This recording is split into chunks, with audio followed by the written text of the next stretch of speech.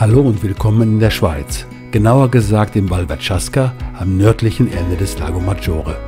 Fahrt mit uns von Gordola entlang des Lago di Vorgono bis Lavatezzo. Wir besichtigen die Römerbrücke und halten kurz in San Bartolomeo. Nach Gordola geht es sofort steil bergauf.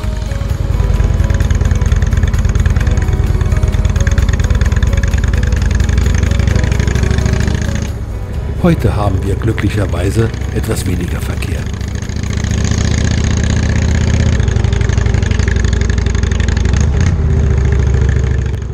Das Tal liegt so abseits, dass es jahrhundertelang kaum beachtet wurde.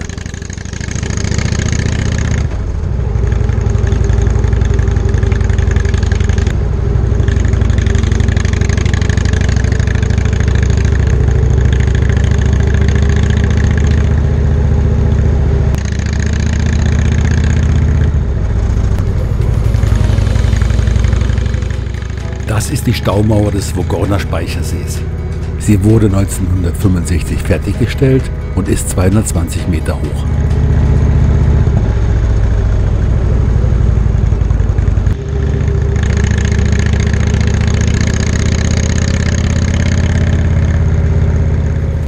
Hier wurde teilweise der James-Bond-Film GoldenEye gedreht. Seitdem ist Bungee-Jumping von der Staumauer populär.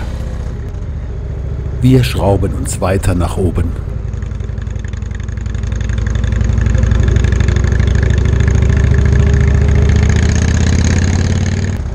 In der Ferne kann man noch den Lago Maggiore sehen.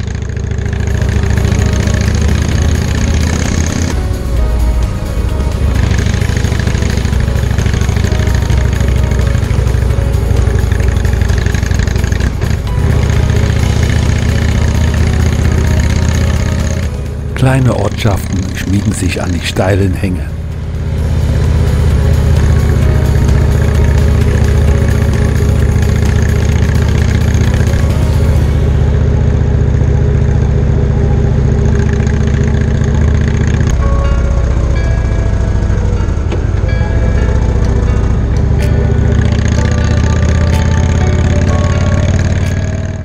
Insgesamt müssen 6 Tunnel auf der Strecke durchfahren werden.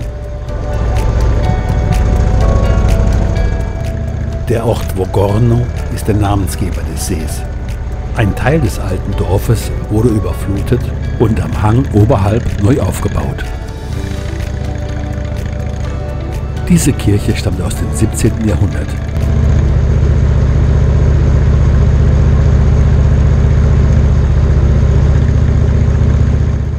Manche trotzen der Abwanderung und bauen neue, moderne Häuser.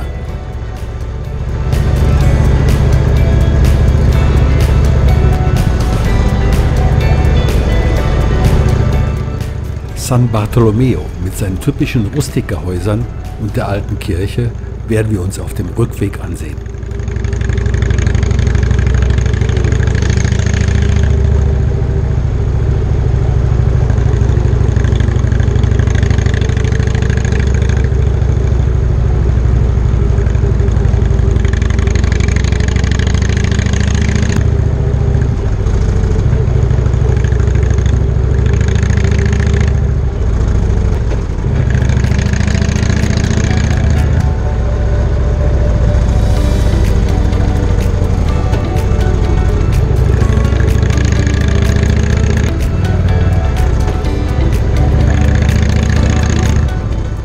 Corripo, ein malerisches Bergdorf, liegt an der westlichen Seeseite.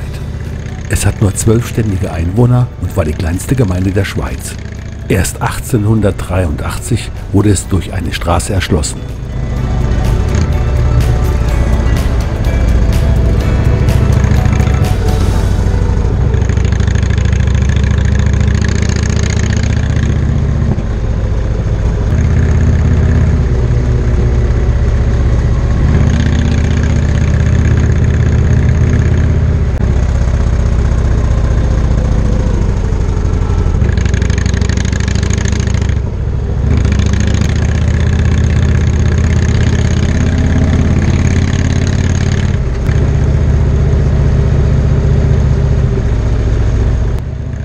Vor uns liegt der Ponchione dal Nasca, ein Berg der Pontinischen Alpen.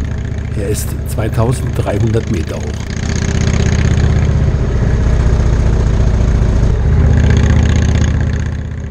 Die 600 Meter hohe Wand besteht aus Gneis und ist bei Kletterern sehr beliebt.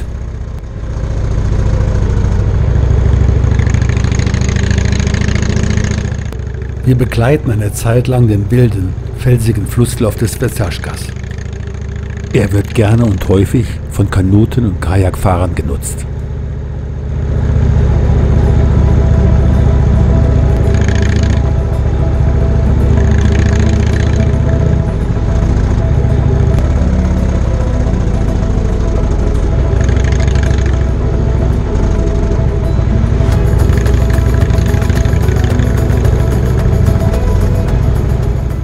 Wir nähern uns Lavatezzo im typischen Baustil der Region.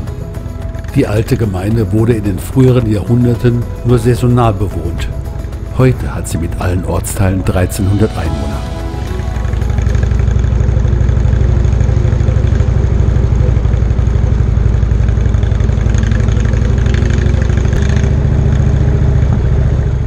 Santa Maria ist die barocke Kirche des Ortes. Zunächst wollen wir zur sogenannten Römerbrücke, der Ponte dei Salti.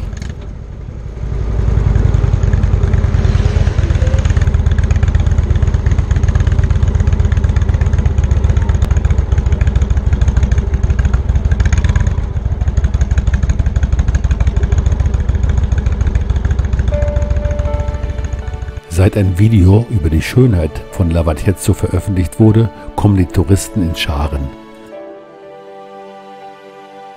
Das eiskalte Wasser ist kristallklar.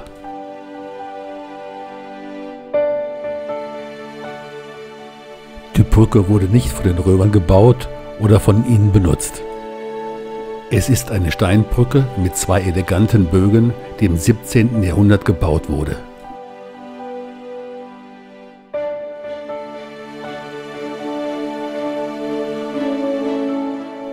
Nach der teilweisen Zerstörung im Jahre 1868 wurde sie 1960 neu aufgebaut. Die Brüstungsmauern sind nur kniehoch, um ausreichend Platz für die von Eseln getragenen Säcke zu lassen. Ob das Geldsäcke waren, ist nicht überliefert. Die Höhe der Brücke über dem Fluss beträgt ca. 14 Meter. Direkt unter der Brücke ist ein 9 Meter tiefes Becken. Die Jungs wollen natürlich den Mädchen imponieren.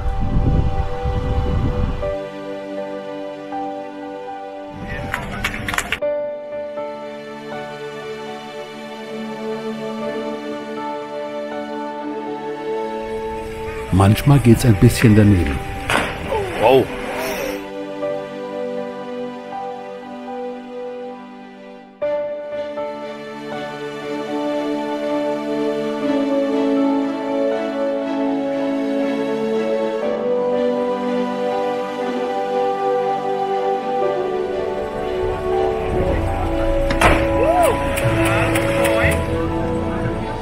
Genug geschaut, wir müssen jetzt weiter. Wir sehen überhaupt keinen Nachteil darin, dass man für den Rückweg die gleiche Straße nehmen muss. Ganz im Gegenteil, man sieht vieles aus einer ganz anderen und schöneren Perspektive.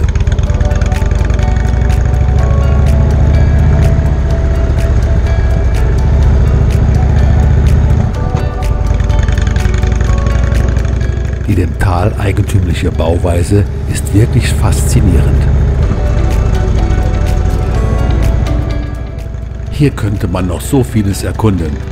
Man braucht allerdings auch Zeit.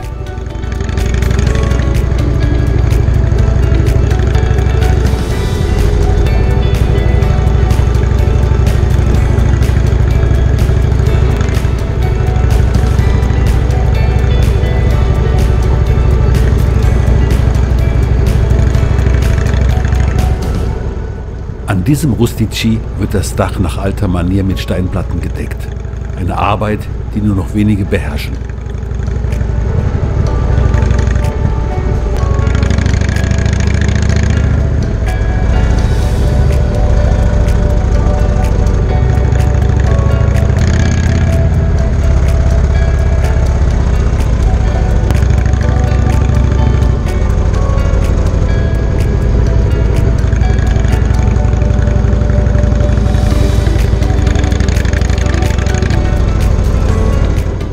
Auf der rechten Seite ist die einzige Straße zum Bergdorf Corripo.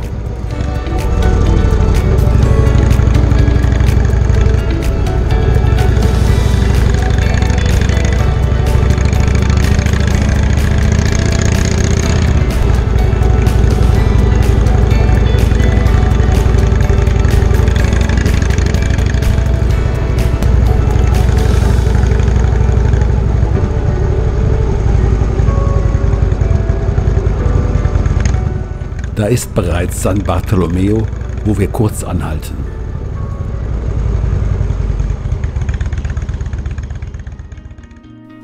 Der Ort ist weitgehend in seinem ursprünglichen Zustand erhalten geblieben. Die Aussichten sind von überall fantastisch.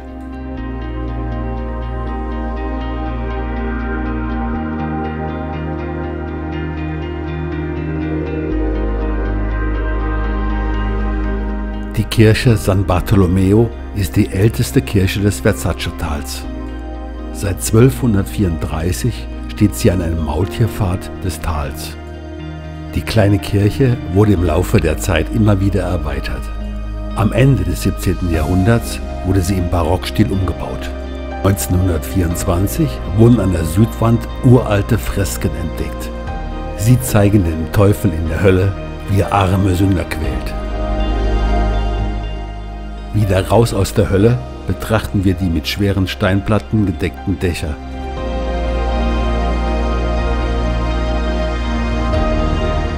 Nach dem interessanten Stopp fahren wir wieder zurück zum Lago Maggiore.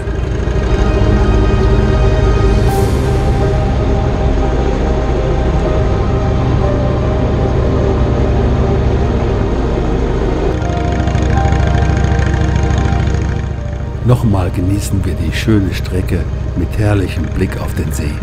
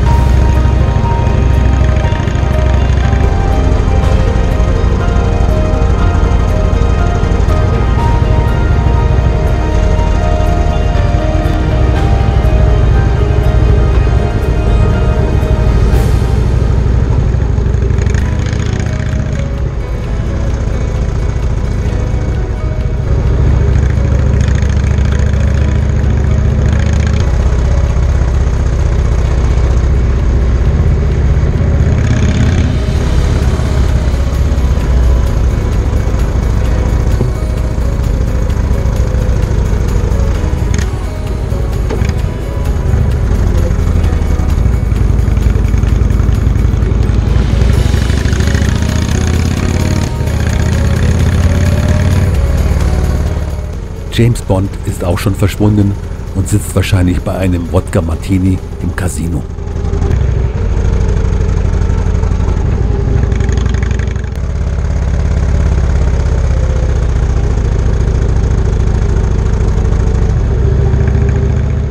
In dieser herrlichen Region waren wir definitiv nicht das letzte Mal.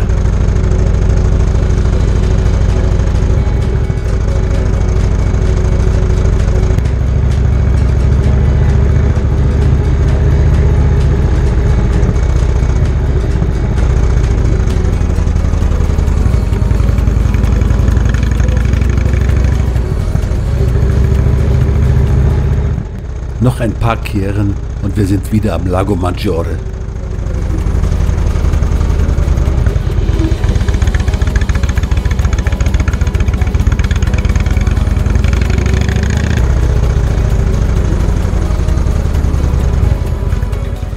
Zurück in Gordola, unserem Ausgangspunkt.